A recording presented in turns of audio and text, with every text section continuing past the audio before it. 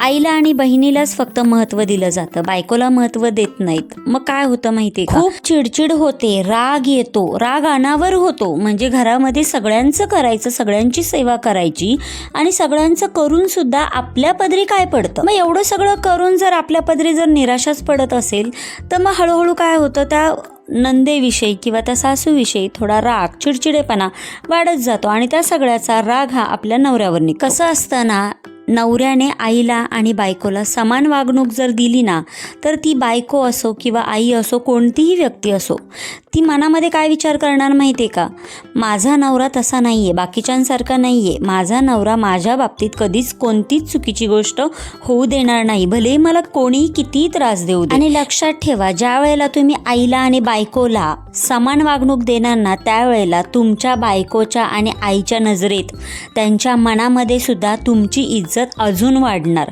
तुमच्या इज्जतीचा दर्जा अजून वाढणार आणि घरामध्ये तुम्हाला जास्त मान दिला जाणार. हे सगळं केल्याने बायको आणि आई मधलं ते खेळणं असतं ना, ते बनणार नाही तुम्ही. मी जे आता बोलले त्या गोष्टीवर पुन्हा एकदा विचार करा आणि ठरवा, इगो हवा आहे की सुखी संसार.